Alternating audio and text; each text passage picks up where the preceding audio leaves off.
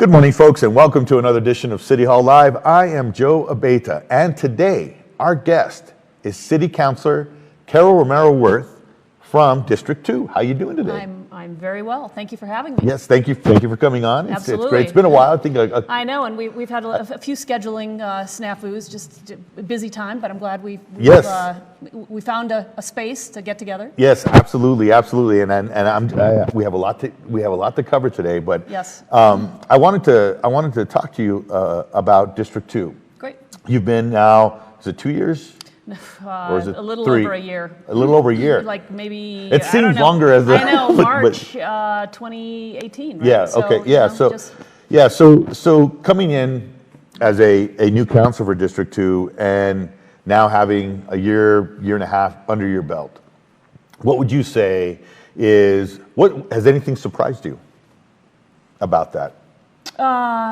It's the workload probably, is constant. I think that I didn't do enough asking. Most city councilors have other jobs. Because this is not a job that pays full time. Yeah. And, you've got to support your families and that sort of thing. And I guess I didn't ask enough questions about how people navigate those two things.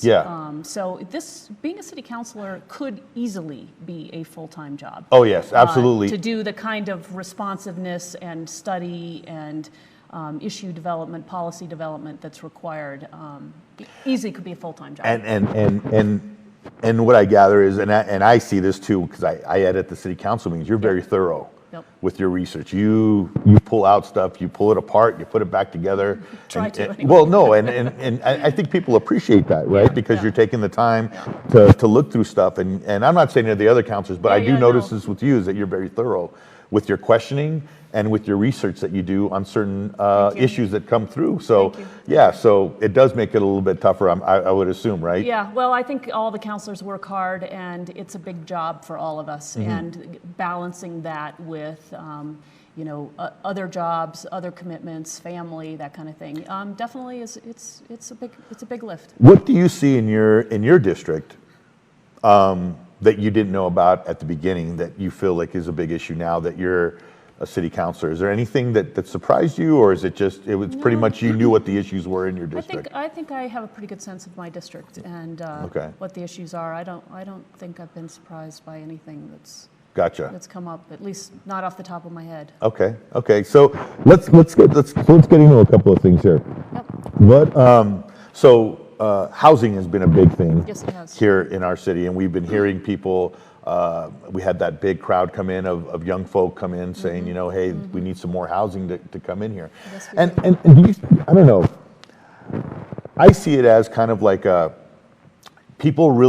American dream was in our generation of our parents' generation was to come in, be a homeowner, and to own a home and to live there, raise a family there, and that was the dream, right? That was the dream of our parents, and it was kind of instilled on us to do that the same. But it seems to me now it's more of it's not so much of a dream right away to buy a house, right? We need to find a place we want to work somewhere, but we also want to have a place to live. And right now in our community, there seems to be less of the purchasing or less of rental and purchasing, correct? Is that right?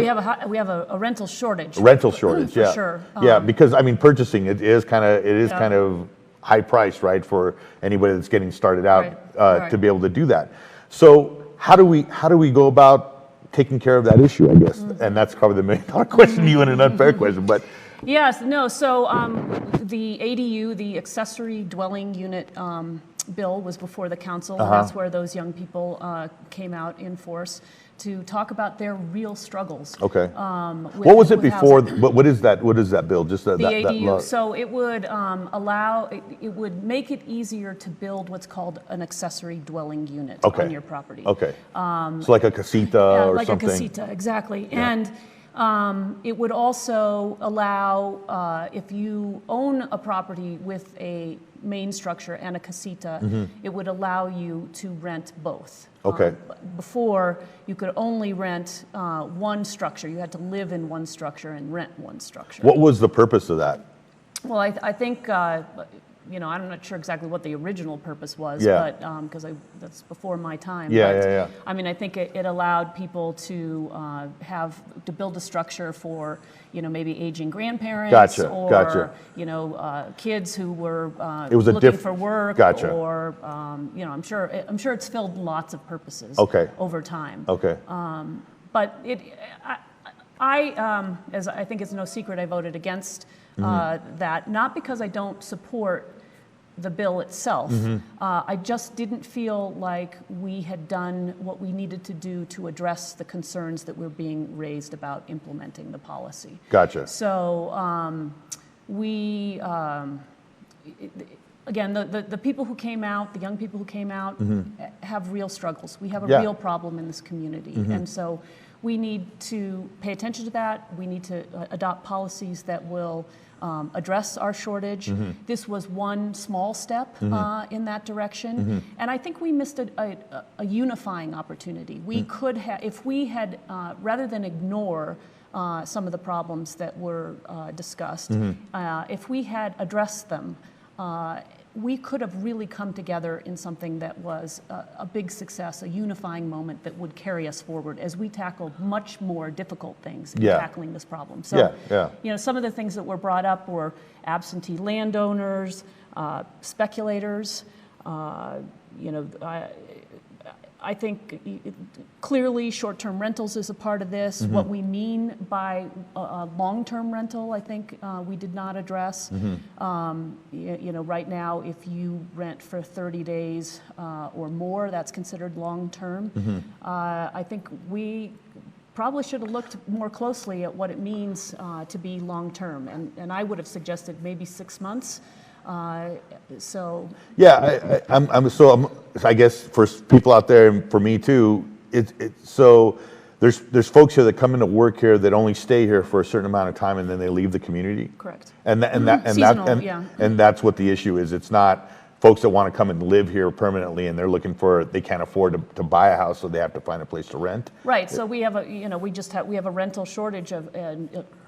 A lot of it affecting young people who are, as you say, not in a position yet to buy a home. Okay. May not be completely sure where they want to be living. So, I see. Okay.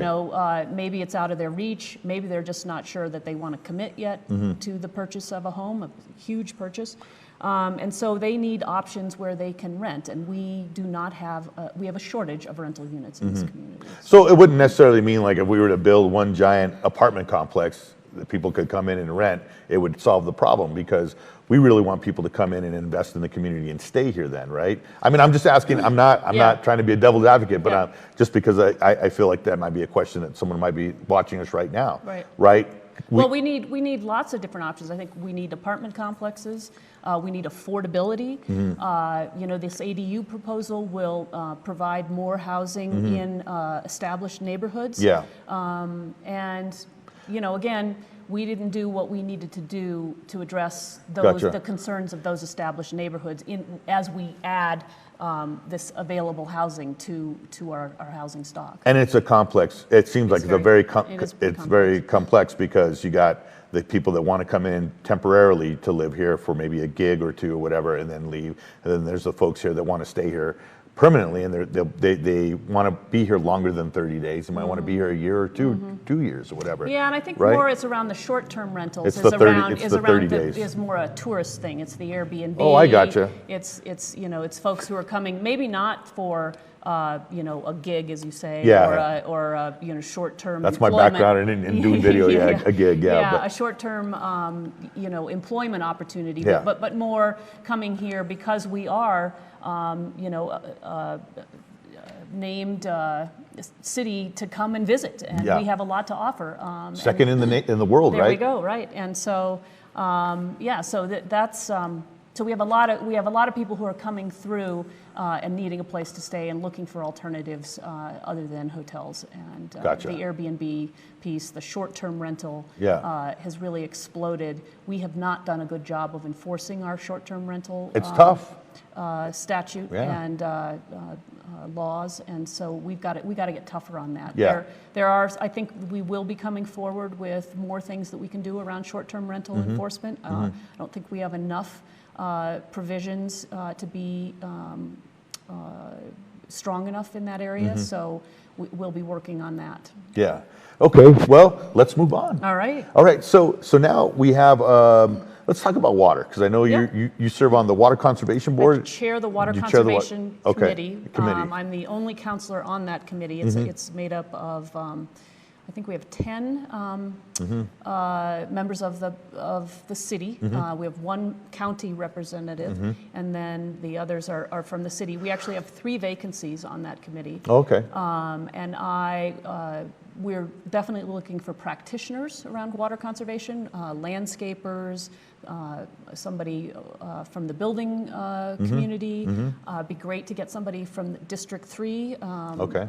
We definitely have looked at our district representation. So I would encourage anybody who's interested in water conservation and the policies of the city to contact Christine Chavez. And we'll be looking to fill those positions pretty quickly. We had a huge turnover. We had 6 positions that were vacant. Okay. One because somebody had left to take a job out of the country, and then we had 5 others who just naturally rolled off because we have term limits. You can only serve 2 terms. So anyway, we filled 3. The council at the last meeting approved 3 candidates. So and we still have 3 vacancies, and definitely looking for practitioners. So that'd be great. I have a history with it. That was my first committee that I was assigned to when I first started working here at the city back in 2002. Oh, wow. And Councilor Koss at the time, David Koss, was the chair. So I Okay. kind of know how that whole thing works and All stuff. right. But I was going to ask you. So because I know that you look at conservation issues. Conservation measures, solutions to helping the community out, and I know that plays a big part in what's presented to the city councilors, as a whole, saying, hey, this is a problem that we have, but this is a possible solution to being taken care of that. Yes. And out of that, we've gotten rebates, and the toilet retrofit and all that. Those things have come out of that. So looking at it now, what do you think now is our biggest, as a community, our biggest thing that we need to be aware of as far as conservation goes that you guys are discussing? Right. So the Water Conservation Division, under the leadership of Christine Chavez, yes. is in the final throes, I think, of developing a 5-year water conservation plan. Okay. And they have just completed a series of community meetings where we have asked the community for their ideas about what would go into that plan. And Christine and her staff are looking at culling through all that input and pulling together a draft plan, which will start to come. It will come to the Water Conservation Committee, and then it will work its way through the council committees and eventually be adopted by the governing body. So that's coming forward. I think one of the areas in particular that we need to be looking at is the commercial sector and how we can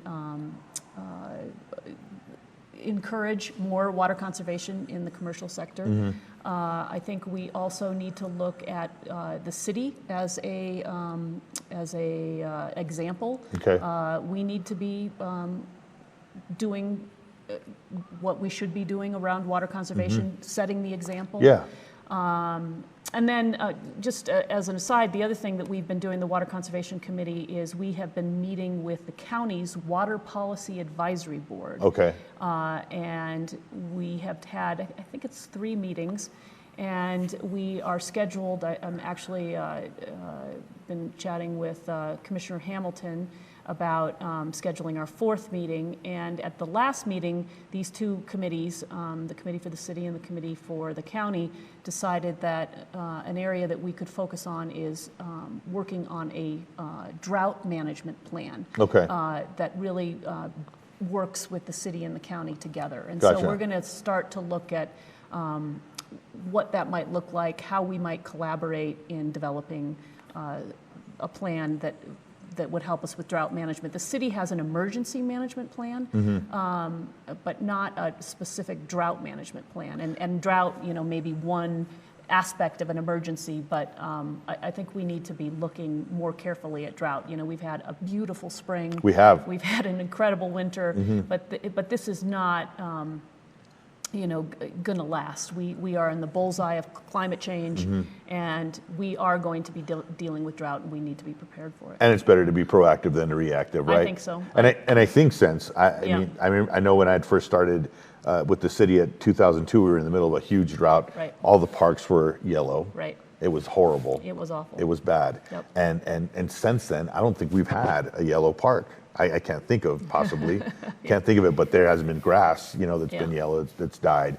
And so, I feel like, that it's been a very good thing as far as conservation. The board has done a great job of keeping us going, and those little reminders and taps on the shoulder saying, "Hey guys, Yep. we need to continue. We got to work harder for it." I know that toilets have gotten more efficient. Yes. Right. Yep. And that was a very successful and program. it We wa- need to look at the next Yes. thing that we should be doing. Yeah. And I think that'll come through with the 5-year plan. But and more than anything, we've continued to grow as a community, right, with housing and with businesses and stuff, and we've still maintained our conservation mind and our conservation. I don't know if there's a rating or anything, but I think I don't know what the grade would be, but if Christine were here, she'd be able to tell us. Yes. No. So we haven't with all that increase in population.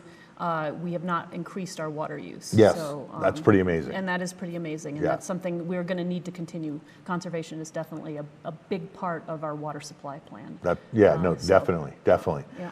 Okay, last but not least, I wanted to talk to you. You were assigned to a workforce board. What's it called right now? Yeah, so, and I'm still learning about this. Okay. So this is new. So I am part of a committee for the Workforce Innovation and Opportunity Act. That's Okay. a federal program Okay. that the state helps manage, I guess. Okay. And there are 4 regional boards Okay. that split $25 million in federal money, and the region that Santa Fe fits into gets about $5 million of that money. And it's The city of Santa Fe the does? city of, the region. The region, okay. So it's northern New Mexico, Gotcha, northern New essentially. Mexico, okay. The chair of the elected officials board that is that kind of helps direct where this money Gotcha. goes is Commissioner Roybal, Okay. Santa Fe Commissioner Roybal. Okay. And I'm part of that Board. and it's made up of like 18, 19 elected officials Okay. from this region. There are 4 regions in the state. Gotcha. And this is one in our region that on the board that I serve on, that Commissioner Roybal chairs. We are responsible for $5 million. Okay. And the goal is to combine workforce, youth, business, temporary assistance for needy families, which is the TANF money, and the division of vocational rehabilitation and services like childcare and transportation into one stop. Gotcha. So the money is used to support all those kinds of things. So someone would come in and say, "Listen, I have a job here, but I need some help with childcare because I'm just whatever. I might be starting or something like that. That might be." Right. So they really look at youth. There's been some programs to provide tutoring, paid and unpaid work experience, occupational skill training, counseling for in and out of school youth impacted by juvenile justice, foster care, homelessness, pregnant and parenting, and low income. So it does that. It's also working with adults, particularly dislocated workers, providing on-the-job training and educational opportunities for adults with barriers to employment who are looking for work. So It's great to know that there's things out there Yep. like that, programs like that for people, because when you don't have a job, you feel so alone at sometimes, and you need some help. And Yep. nothing like coming to a state-ran facility or organization that can help you out and say, "Hey, we know people, we have a lot of network," and usually that's the case with state and city organization or any kind of government organization. They have a network of folks that they can help these folks out Right. and say, "Listen, we can get you a job here. What do you want to do? Let's see what fits best for you, and let's help you out here." Right. And if you need some help with some other stuff, or we can see what we can do with that too, and that's great. Yep. So this money, this $5 million goes to support programs in the region, in the communities, to help in these areas. That's pretty awesome. Super important that we get that money out to the right places. Yeah. So it can help those people in particularly dislocated workers and youth. So. Wow, that's pretty great. Yeah. I gotta tell you, Councilor, you're quite busy. Yes, it's and I'm still traveling once a month up to the North Central Regional Transit District headquarters in Espanola. That's the blue buses, and working with them. I also want to. That's right. That's right. I also want to mention just for District 2 folks, Okay. and also the city as a whole. Salvador Perez has been closed. Let's talk about that. Yes. And we had an RFP that was recently approved by the Finance Committee. Okay. Which once it's completely approved, that money will be available to do the rehabilitation that's necessary at Salvador Perez. The timeline we continue to be told is that facility will open by the end of the year. Okay. I'm still hopeful for that. It's July. I don't think we've done completely approved the RFP. I know we saw it in finance. I don't think the council has approved it yet. But maybe that's on the agenda next week. I haven't seen that agenda yet. Yeah. But as soon as that RFP is approved, the work can begin at Salvador Perez, and hopefully we can get it done and opened on schedule. Is that probably one of the big questions you get asked by your constituents, when Salvador Perez is going to open? I have. It's that's another piece of this job, Yeah. is helping constituents Yeah. Get information they need from the city and navigate the bureaucracy and. Certainly, that's among the things. I get questions about weeds. I get potholes. All the general things. Yeah. It's interesting. There's a lot of building going on in the community right now. Yeah. And I have a lot of questions about, hey, this guy's doing this or this woman's Yeah. doing that. Yeah. And can they do that? Yeah. And is this right? And that kind of thing. And so Yeah. I definitely lean on our land use department quite a bit. They've been very responsive in helping That's good. Constituents get the answers they need about things that are going on in terms of building in their neighborhoods. That's good. And just the last thing about Salvador Perez, we got to do it right. Right? We want to make sure that we don't have to close this facility again because a lot of people use it. And so the way about their government it's not as fast as people, or they might not think it's very fast. Right, but the staff and the governing body and the administrators, we all try and come and want to do it correctly. So it takes a little bit of time to do that. And then when it reopens again and everyone's happy, and say, hey, this is great, this is worth the wait, then there you go, right? Yeah. Government at work. Yeah, that facility has had a lot of deferred maintenance that has not been kept up with. Oh, yeah, absolutely. And then, as they got into it, it had other layers of things. The heating and cooling system wasn't working. Then they got into it and they realized they had a mold issue.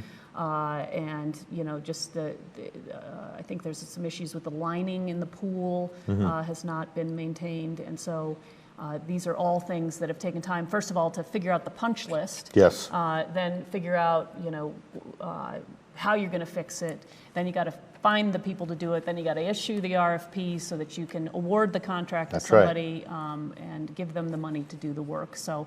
It has taken a while to get there, but we're getting there. Yep. And they still say it'll open by the end of the year. So That's great. That'll be great. That's good to hear. Yeah. Well, thank you for coming on today. Yeah, thank you for having me. Yeah, appreciate it, and appreciate all the work that you do for us too. Thank you. Yes, Thank you. absolutely. Appreciate it. And I want to thank our guest director, Rod Lambert, for behind the camera right now for helping us out today. And I want to thank you folks for watching. Have a safe week. Have a great week.